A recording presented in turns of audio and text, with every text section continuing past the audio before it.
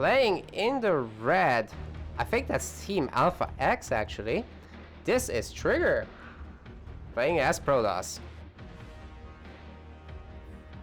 His opponent in the top right-hand corner of the map, former teammate of ours and current teammate of his opponent. His name is AqueroN. Nice. Forgot to ask him to go blue, but that's fine. He's at least staying true to Terran. Better believe it. Proxy Factory, we don't mind when. Not soon enough, my friend.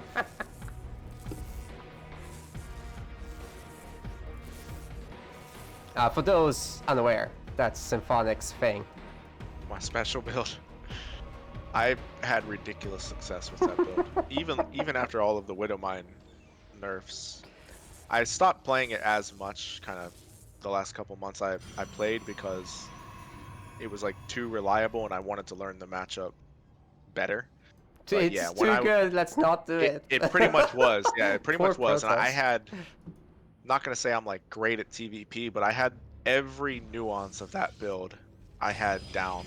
Every little, you know, branch of the tree I had figured out. And when I was exclusively playing that build in the matchup, I was consistently getting a 60% like minimum TVP, and there were a couple of seasons where it was like low 70%, which, you know, for a GM is nothing crazy. Some of those high GMs have ridiculous win rates, but for me and, you know, mid-master, I think it was pretty significant. Nice little momentary block. The last second cancel though. Yeah, that to depth really changed this game. I was actually getting really hyped for AqueroN to get into that, but that might have been a really awkward game. You know what? 3 racks again.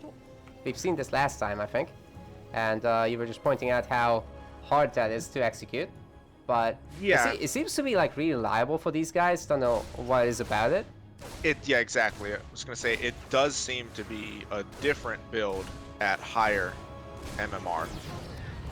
One Reaper does go down that could have an impact, but nice. No. Second Reaper says, no, this one's for my brother. However, a Stalker does come in. Okay, this goes back to something I was just about to mention, and that's the fact that that bunker that was canceled came at the expense of a bunker at the natural. There is a pylon being warped in too, outside of AqueroN's base. Yeah, this can be a very difficult hold. It's going to be mostly Marines. One Marauder is being added now, but without a bunker, this can just be a big hassle to hold any aggression. And there is the proxy gateway that will allow the fast warp-ins, and we're seeing a lot more Stalkers coming in, I think, this game. This is where it gets extremely frustrating. These Marines in low numbers will get eaten alive by Stalkers. The SCVs are going to try to turn around and capture the Stalkers. Not going to happen this time. Good thing for Terran that there's a Marauder out now. That's going to help a lot. Let's see if we can get some more. Now there's going to be double Marauder production, actually. That's even better. Let's see if we can get concussive shells going. Also, expensive, on the other... Worth it. Yeah, oh, for sure, yes. Against these Stalker heavy builds, concussive shells are fantastic. On the other side of the map, the Reaper did scout the Twilight Council and should be able to surmise that it is Blink. Great job here by AqueroN to actually pick off a couple of Stalkers. Yeah, that is fantastic. It's going to get the last Stalker too and shut down the forward gate and pylon. Excellent job by AqueroN. He's gotta be happy with that. I mean, I was starting to be worried when the second and third bunker were cancelled. Exactly.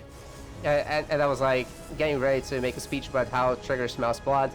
But yeah, AqueroN did that really nicely, and if he can add his tech onto this now, then the infantry might actually get to live to fight another day. Yeah, well, you're absolutely right. So that AqueroN was in a bit of a precarious position there, where it's not as though like he was behind or something, but without the bunker, the entire attack from Trigger is predicated upon snowballing. So you just keep pressing forward with each wave of stalkers. Keep pressing forward. You want to pick off a marauder, deny the bunker, and then like I said, just snowball forward. Never let the Terran get their defenses up. But in taking out that forward pylon and warp gate, AqueroN now has an opportunity to do some real damage on the other side of the map. He's going to easily take out the third base if he wants to focus it. Looks like he's going to push the stalkers away first. That's fair enough. The stalkers are only trying to distract for this thing to come up, but not happening. They are picking up a lot of Marines though, so that could be a problem. So AqueroN was very patient with the stim there. He waits till the last second to use it and get on top of the natural of Trigger. He is definitely getting some kills, but he's going to lose this whole army. Make no mistake about it. This is just going to be a trade. What can he get for this bio army? That's the question here. Looks like quite a few stalkers if they keep attacking the unbuildable rocks. That's definitely unfortunate there. But hey, he gets one more stalker. I didn't think he would. Nice. Yeah. Trigger Solid is trade. Heavily reset. Oh, he's just going to GG out there. He's reset out of the game, damn. Yeah, I did not expect. I mean, he just looked at the resources lost. He was down about 1,100 in resources, so he was behind for sure. He lost almost all of his army, so you can't really blame him. Probably could have dragged it out a little more, but he was at a heavy disadvantage for sure.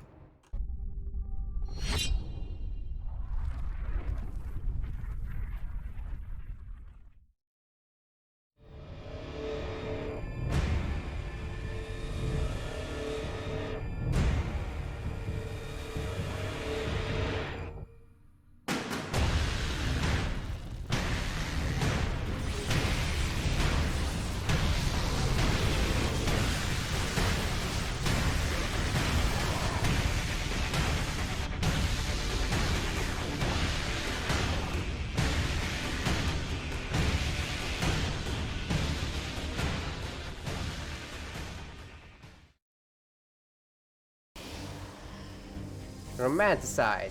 Symphonic hates this map. Trigger does not. He's playing Protoss. His opponent's my boy, my fellow Terran. He is green, which is my favorite color. His name is AqueroN. Oh, he went gas first here. Okay.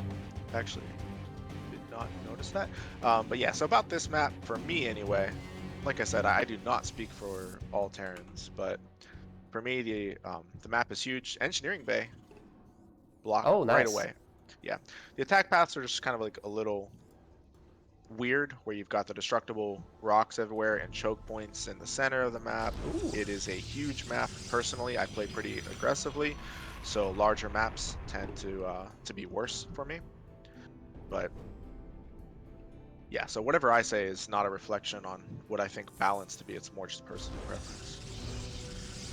So, speaking of map features, what do you think about these little mineral patches that you can just open up paths with? So, like, as I was saying before, I'm very vanilla when it comes to what I like in maps, but I try not to make the mistake of thinking the things that I like or dislike are necessarily what's best for the game. So, for me personally, I'm not like a huge fan of them because I just like very straightforward maps that reduce the impact of external factors. But on the other hand, I do think that it's a clever little addition. You know, it's a little wrinkle to throw into the traditional maps. So I think on the whole, long story short, probably a good thing for the game and for the map making community just to add another variable into the maps. And for me personally, I just don't, I don't tend to be a fan of maps that employ them. What about you though? I actually don't tend to use them much. They are more there to protect me than for me to attack, to be honest. Right. But that's just me. I do think that sometimes it's nice to open them up, especially if you're a Zerg like myself. Because Zerg loves surrounds. So, open them up when you can. Unless they're actually protecting you.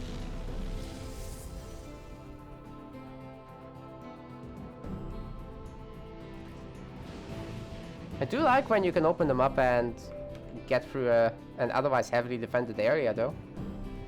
Yeah, for sure. So, as I was saying, I do think on the whole, so even though I personally tend to not be a fan of them, I would never say, oh, they need to be removed from the game or something. Like, there are some things with maps that I don't like and I think are perhaps bad for the game, but the mineral patches I do not think are one of them. In fact, I don't really like them, but I think that they're actually good because they don't have so much of an impact on the game. It's not like they're a huge gimmick or something. It's just, as I was saying before, a little wrinkle that can spice things up and can make for some interesting decisions. You know, if you're, let's say, if you're Trigger here, and now he has a natural that's sort of exposed to those, I mean, are you gonna open those up? Or probably not. You're gonna use them as a defensive barrier. If you're AqueroN and you're planning a big timing attack at that natural, might be worth it to send an SCV or two forward, you know, with your attack, mine out the minerals to open the attack path, and then build some bunkers. But yeah, so it definitely creates some interesting strategic decisions. We do have drop of 3 Hellions, and there's no shield battery here. But there's Phoenix, and those usually shut this down really hard. Hey! That's 8 kills, that's 11 kills. Holy. Yeah. No one said that's legal. Borderline catastrophic. So much for shutting that down hard. Damn. That was a great move. So getting past the Phoenix. Right, and I was gonna say that's sort of the downside of going with a Phoenix-based defense. The upside is if the Phoenixes see that drop, they destroy it. Gets nothing done. The downside is it's a positional defense. So if they're not where they need to be, you have no shield batteries there. Those Hellions, it does not take much time at all for the Hellions to get potentially game-changing damage. One Phoenix goes down to the Marines in the main there.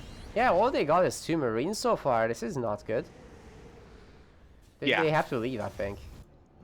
Yeah, the Trigger definitely wants to get some more pickoffs. I think he is adding more Phoenixes in. He's going for charge again. Take a look at the infrastructure here. There's no robo just yet, so it's not clear if he's going to go for a similar build to the first game. Some more pickoffs from the Phoenixes, but another one goes down.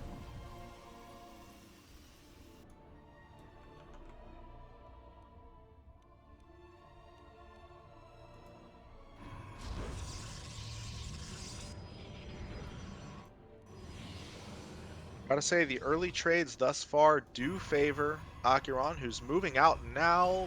Might be able to do some damage. Nope, not cool.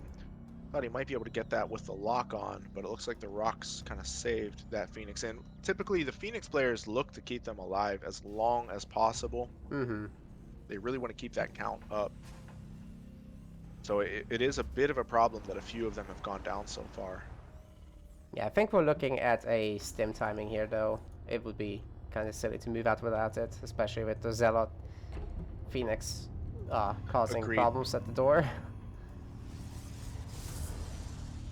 Once you do have all those upgrades in, with +1 even lined up with it, you can probably heavily push the third base, which actually was the second base this game. Very interesting little adjustment, but let's see if the second or the third will be more defended.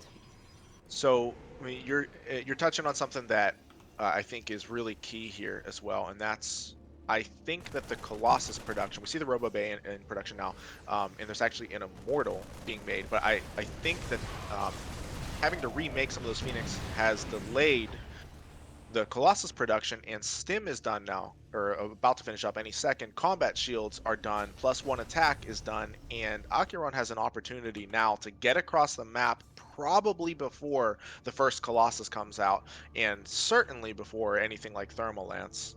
So this has potential to be a very powerful attack, and I think it comes as a little snowball from those early game skirmishes.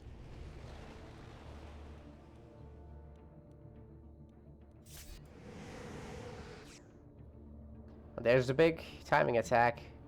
This is scary. Yeah. This is really scary with the Phoenix out of position. Especially very scary. Yes. I think Trigger is going to be upset to see There's no army there. He's going to recall them home, but the Terran army is already on top of his base. It's going to fall pretty quickly, I think. The mass middle mine hit. Oh, it actually hit the Terran army. So many of the medevacs are weak. But it does look like the ground army still prevails for now. Can the Colossus clean up before they take down the base? I think they actually might be able to get both. Where's the overcharge? Not sure you already used it, but concussive shells is also in. And getting the base kill would be super easy now. Trigger knows it. Damn, that was a really good attack. Yeah, doubling very well the supply executed. at the end. Yeah, and Trigger he almost pulled it off. I think he got the best friendly fired trigger, excuse the pun, onto AqueroN's units, but he was too far behind, and the Phoenixes not being there at the start of the attack hurt a lot too. There was pretty much nothing there to defend. He had to he had to recall them, so there was a good portion of the attack that occurred with no Protoss defense. Big shout out to all our patrons. You enable us to make better content, host larger tournaments, and to give more back to the community. If you haven't already, make sure to collect your perks. Our next Patreon goal is set at $300. It will allow us to double all tournament prize pools in Season 2. Feel free to comment, like, and subscribe, and we will see you in the next one.